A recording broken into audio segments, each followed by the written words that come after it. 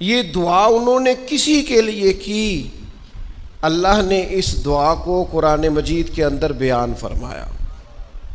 دیکھیے، سب کی دعائیں اللہ کے حضور قبول ہوتی ہیں،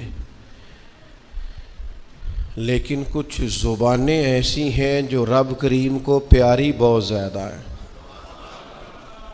حدیث صحیح میں موجود ہے، نبی پاک علیہ السلام نے فرمایا، رب فرماتا ہے جب بندہ کثرت نوافل کے ذریعے میرے قریب ہو جاتا ہے تو وہ پھر اتنا قریب ہو جاتا ہے، اتنا قریب ہو جاتا ہے کہ میں اس کی زبان بن جاتا ہوں، جب بھی وہ سوال کرتا ہے میں اپنے فضل سے اسے عطا کرتا ہوں۔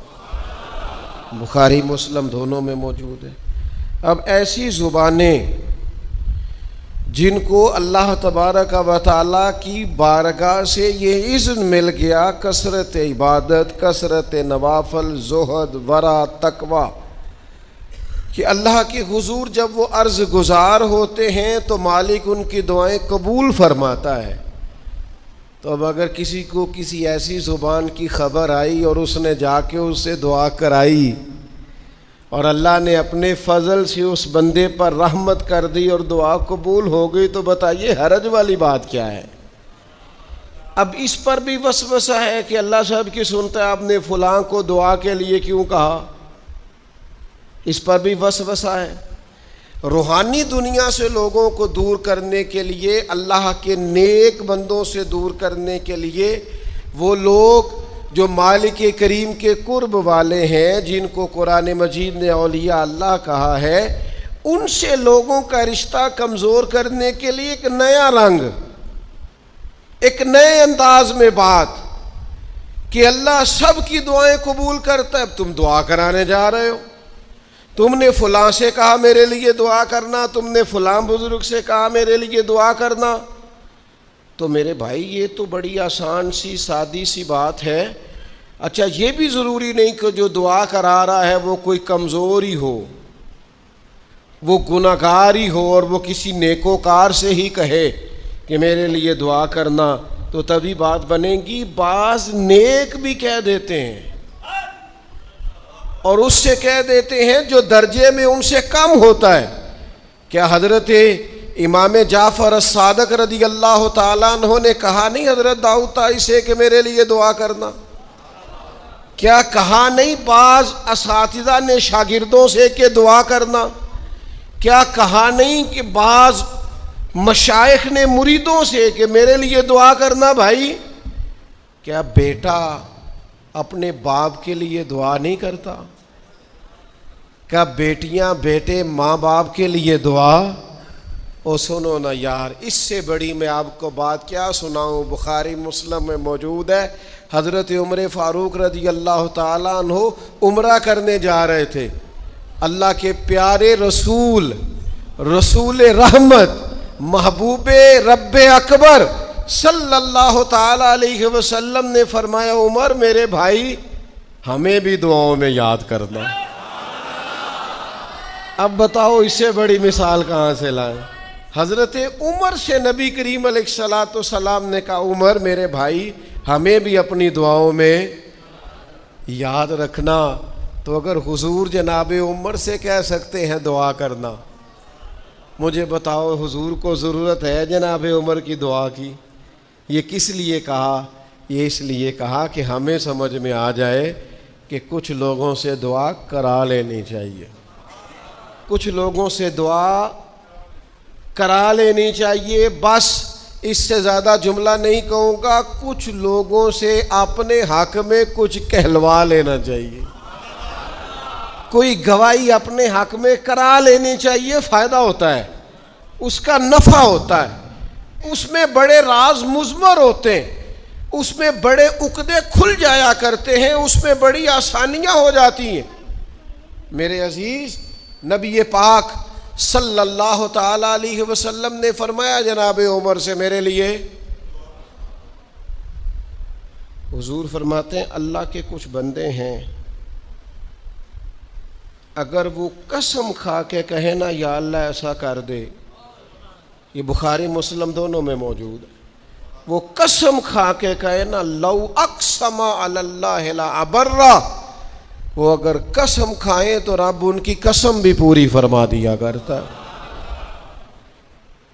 وہ میرے بھائی،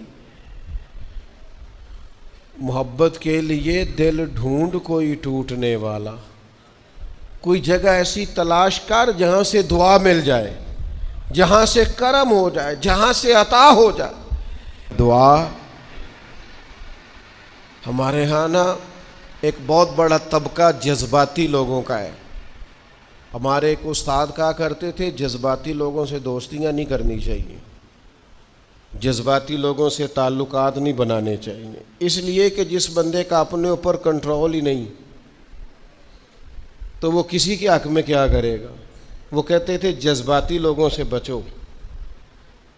او بھائی، ہم بڑے جذباتی ہو جاتے ہیں، ذرا سی شدت آئی نہیں گھر میں لڑائی، اور لڑائی بھی کس سے؟ گھر والی سے، بد دعائیں شروع کر دی، اپنے آپ کو بد دعائیں دے۔ لڑائی کس سے ہو رہی ہے؟ بہن بھائیوں سے، بد دعائیں شروع کر دی۔ ماں باپ سے لڑائی ہوئی، بد دعا دے رہے، اور بڑی بڑی تلخ ہو کے، بڑی بڑی سخت ہو کے۔ او بھئی آپ کیوں ایسے جملے کہتے ہیں، کیوں سخت لفظ بولتے ہیں؟ صحیح مسلم میں حدیث ہے، نبی پاک علیہ السلام نے 3 چیزوں کا نام لے کے فرمایا نہ اپنے آپ کو بد دعا دینا، نہ اپنی اولاد کو بد دعا دینا، نہ اپنے مال کو بد دعا دینا۔ ایسا نہ ہو کہ جب تم وہ دعا کر رہے ہو تو وقت قبولیت کا ہو۔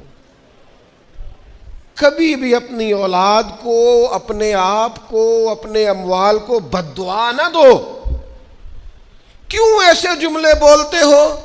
یعنی غصے اور جلال میں بھی جب اپنے بچے کے لیے بات کرو تو پیار والی بات کرو، غصے میں، جلال میں، جذباتیت میں بھی بہن بھائیوں کے لیے، گھر والوں کے لیے، اپنے لیے بات کرو تو محبت والی بولی بولو۔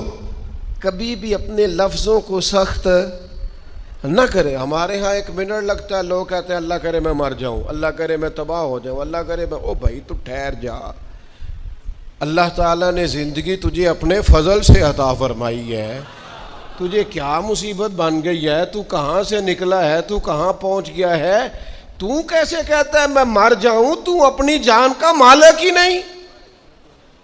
تو مالک ہوتا تو اپنی مرضی کے خاندان میں پیدا ہوتا، اپنی مرضی کی تاریخ کو پیدا ہوتا، اپنی مرضی کے ملک میں پیدا ہوتا۔ تو اپنی جان کا مالک ہی نہیں۔ مالک تو وہ ہے جس نے اپنی مرضی کی جگہ پہ پیدا کیا ہے، اپنی مرضی کا وقت دیا ہے۔ تو کیسے کہتا ہے میں مر جاؤں؟ نہیں، تو مر سکتا، اپنی مرضی سے مرے گا تو خودکشی حرام ہے، اور رب رسول کے راستے میں مرے گا تو شہادت کی موت۔ جانور کو، بھینس کو، وہ کسی وقت کو تنگ آتے نا تو کوئی سخت لفظ کہتا تو کہتے نہ بھائی مال نو بد دعا نہیں دئی دی۔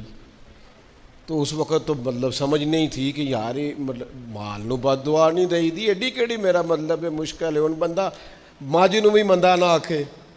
لیکن وہ جب روایات پڑھیں بعد میں تو سمجھ آئی کہ کچھ علوم کتابوں میں ہیں، اور چونکہ مسلمان سینہ بسینہ آ رہے ہیں تو کچھ تربیتیں ایسی ہیں جو لفظوں میں تو نہیں، لیکن بڑے بوڑھوں نے جو سنا سیکھا ہے وہ اپنے پلے سے باندھا ہوا ہے، انہوں نے اپنی گرہ سے اچھی طریقے سے کر کے باندھا ہے۔ بد دعا نہیں، آپ دعا کریں، آپ اچھے لفظوں میں، اور کوئی بندہ مل جائے نا۔ میں ویسے نے کئی دفعہ کہا ہے، پھر کہتا ہوں، آج کل نا کوئی میرے جیسے بندے کو چلو اونچی کرسی پہ بیٹھتا ہے، نماز پڑھاتا ہے، پگڑی باندھتا ہے، تو کوئی بندہ نیک سمجھ بھی لے تو دعا نہیں کراتا، فوٹو ہی لیتا ہے۔ پہلے لوگ دور سے آتے تھے تو آ کے کہتے تھے دعا کرانے آئے، اب وہ کہتے ہیں بڑی دور سے چل کے آیا ہوں جی، بڑی مہربانی، تو کہتے ایک فوٹو مل جائے گی۔ وہ اللہ کے بندے، ہم دعا دے رہے ہیں تو فوٹو لے رہا ہے۔ پھر ایک اور گل آج کل بڑی عام ہے، وہ کہتے جی ذرا یادگیری رہندی ہے، تو میں کہ غوث پاک دی تے کوئی فوٹو نہیں، سانو تے ہر ویلے یاد رہندے نے، کوئی فوٹو نہیں، ہمیں تو کبھی نہیں بھولے۔ خواجہ اجمیر کی کوئی فوٹو نہیں، ہماری نس نس میں آباد ہے۔ امام اعظم ابو حنیفہ کی کوئی فوٹو نہیں، لیکن ہم تو حنفی ہیں، ان کا نام لے لے کے جیتے ہیں۔ میری